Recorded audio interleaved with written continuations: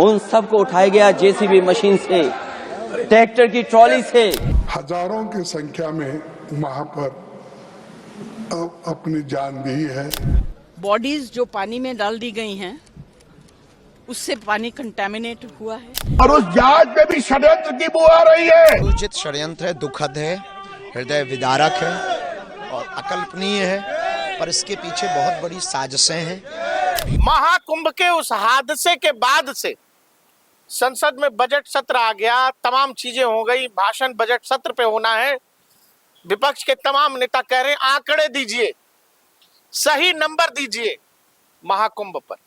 ये सब कुछ हो इसीलिए रहा है कि वो ये माने बैठे हैं कि ना जाने कितने लोगों की जान वहां चली गई और उत्तर प्रदेश की सरकार गलत नंबर्स दे रही है। हमने जो आपको शुरुआत में कुछ बाइटें सुनवाई है, जिसमें आपने सुना जया बच्चन कुंभ गई नहीं है, कुंभ कैसा होता है, क्या होता है, नहीं देखा है उन्होंने। राहुल भाई, जया बच्चन ने तो ये कहा कि वहां डेड बॉडीज को जो है पानी में फेंका गया और उससे पानी दूषित हो गया। देखिए, अगर ऐसा कह रही हैं तो कहने से पहले कम से कम कोई तथ्य प्रमाण तो उन्हें देने चाहिए। इस तरीके से आके मीडिया के सामने ये बयान देना, एक विवादित बयान देना, क्या ये उनको किस तरीके से ठीक लगता है और कैसे खुद को सत्यापित करेंगे, यही अपने आप में एक बड़ा सवाल है। ठीक है, अगर आप कह रही हैं या जो भी आपने कहा, या फिर मल्लिकार्जुन खड़गे ने अगर राज्यसभा में खड़ा होकर कहा कि हजारों लोगों की वहां पर मृत्यु हो गई, उनके लिए मेरी संवेदनाएं हैं। अरे भाई, आप तो लोग आपके पास में क्या तथ्य है? आपके पास राहुल भाई, ये वो देश नहीं है जहां मृत्यु छिपाई जाती है। ये कोई चीन नहीं है, ये कोई पाकिस्तान नहीं है।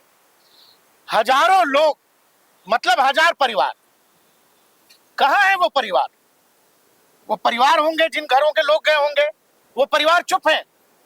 आज के दौर में जहां इंटरनेट है, सोशल मीडिया है, 24/7 एक इकोसिस्टम, इतना बड़ा इकोसिस्टम है जो केवल यही सोचता रहता है कि कैसे मोदी और योगी को घेरा जाए। और मेरे परिवार का अगर उनके सामने आकर के क्यों नहीं वो बयान दे रहे? मेरे परिवार का अगर कोई गया, मेरे पास कोई आकर के नहीं पूछ रहा है, मुझ पर सरकार का दबाव है, सब कुछ है, हर हाथ में मोबाइल है यार, मैं रिकॉर्ड करके डाल दूंगा।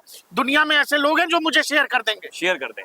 क्या मूर्खतापूर्ण बातें हो रही हैं, बस इसीलिए कि कुंभ जो अभी चल रहा है, कुंभ जो अभी और 15-20 दिन चलेगा, उसको बदनाम करो। वहां जो लोग जा रहे हैं वो जाने से डरें, घबराएं कि वहां कोई व्यवस्था नहीं है। सनातनी परंपरा है। मैं जानना चाहूंगा सदन के माध्यम से हमारे माननीय सदस्य बताएं कि जहां लाशें पड़ी रही हों, न जाने कितनी चप्पलें पड़ी थीं, न जाने कितनी चप्पलें पड़ी थीं, न जाने कितने कपड़े पड़े थे, महिलाओं की साड़ियां थी, कपड़े थे, लेकिन उनको कैसे उठाया गया? उन सबको उठाया गया जेसीबी मशीन से, ट्रैक्टर की ट्रॉली से।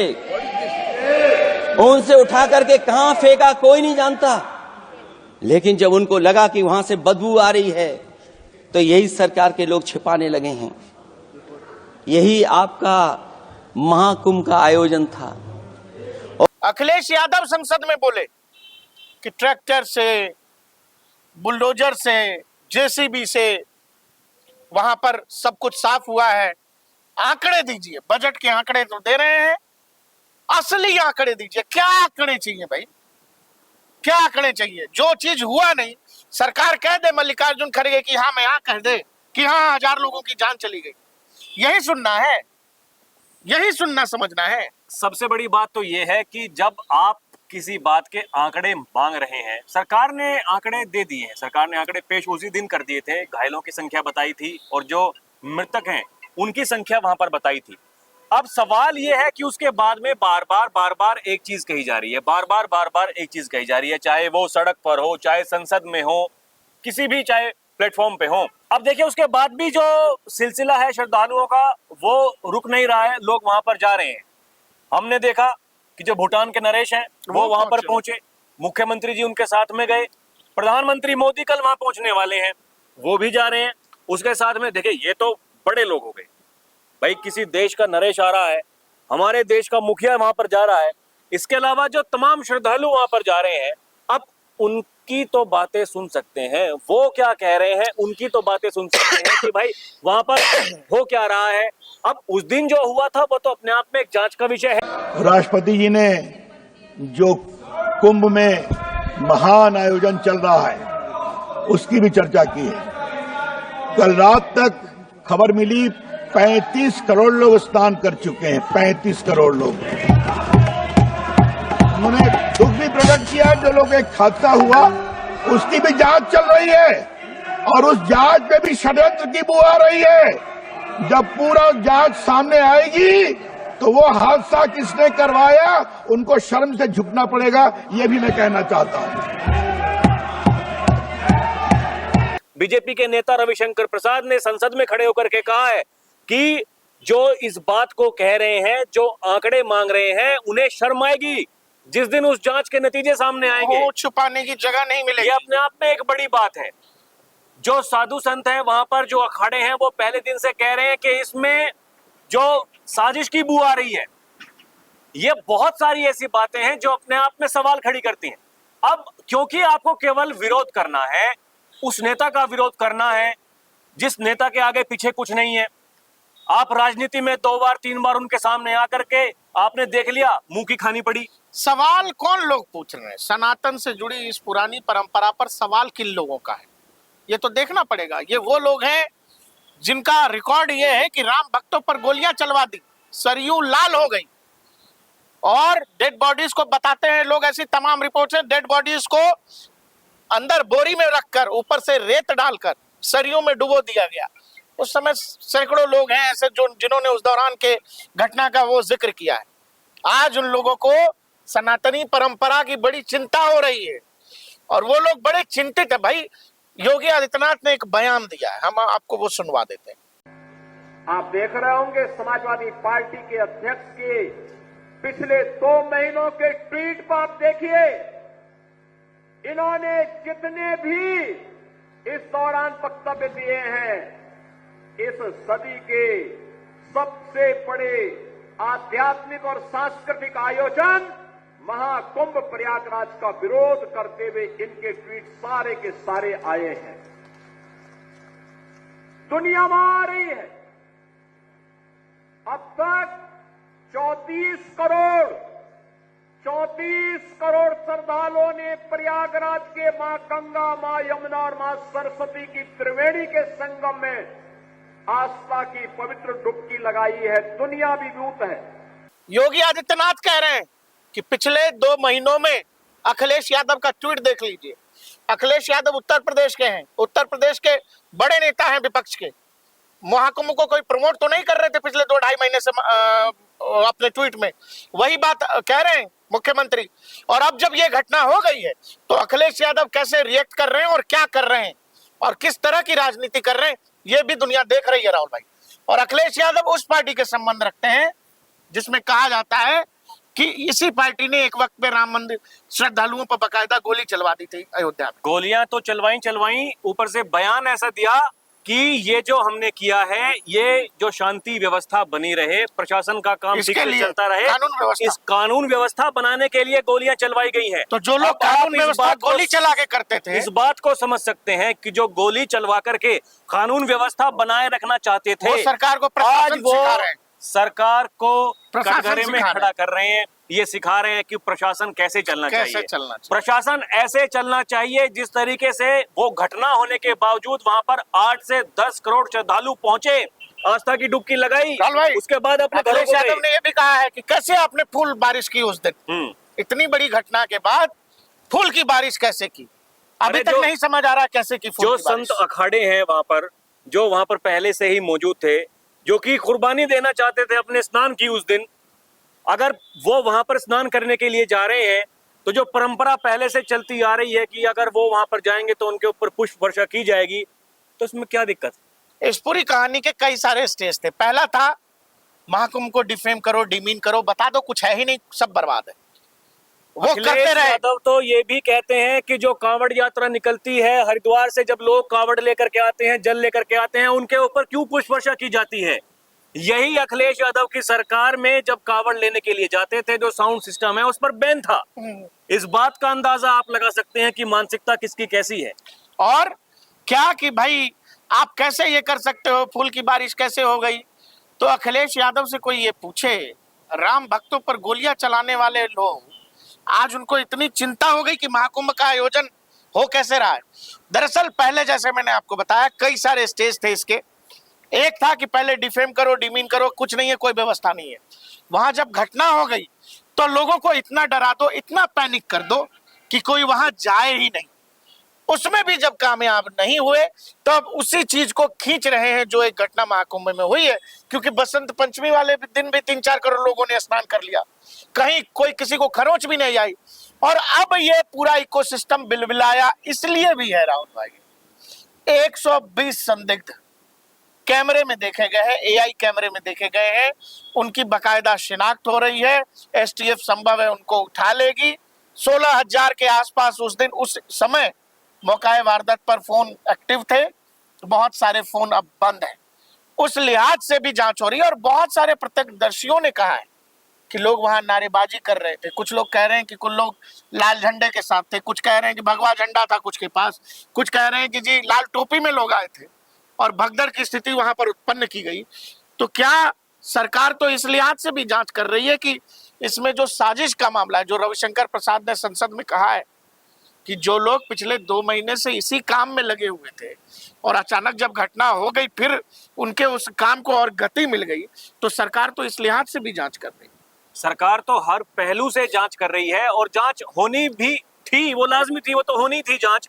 लेकिन ये बात इसलिए महत्वपूर्ण है कि सरकार का जो काम था, सरकार तो अपना काम कर ही रही है। सरकार पहले भी अपना काम कर रही थी। सरकार ने, देखिए मैं फिर दोबारा इस बात को कहूंगा कि जिस तरीके से प्रशासन ने उस दिन काम किया जिस दिन ये घटना हुई थी, अब ये इनको देखिए ये क्या कह रहे हैं, ये क्या कह रहे हैं कि आप आंकड़े छिपा रहे हैं।